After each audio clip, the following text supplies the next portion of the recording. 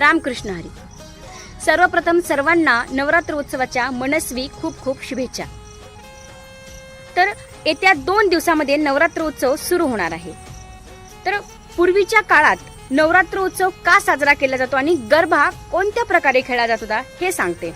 जेव्हा आई दुर्गा देवीनं महिषासुराचा वध केला होता तेव्हा तो दिवस एक विजयोत्सव म्हणून, एक विजयाचा प्रतीक म्हणून दुर्गोत्सव म्हणून साजरा केला जाऊ लागला.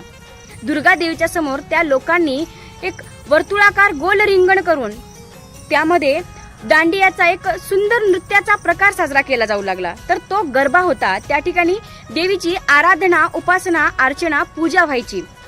त्या नवरात्र उत्सवामध्ये त्या आईच्या 9 रूपांचं पूजन व्हायचं आणि हा उत्सव एक आनंदाचा उत्सव म्हणून साजरा केला जाऊ लागला. पण सध्याच्या काळात आणि सध्याचा नवरात्र उत्सव आणि गरबा ही एक तरुण पिढीसाठी बिघडण्याचं कारण आहे. आता या काळात सध्या जे चालू आहे हा नवरात्र उत्सव नाही, हे गरबाचं एक ठिकाण झालेलं आहे ज्या ठिकाणी तरुण मंडळी बिघडत चाललेली आहे.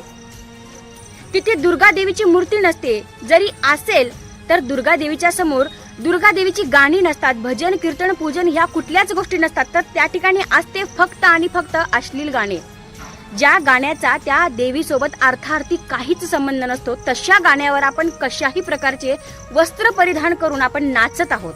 त्याला नृत्यही म्हणता येणार नाही, त्याला गरबा सुद्धा म्हणता येणार नाही.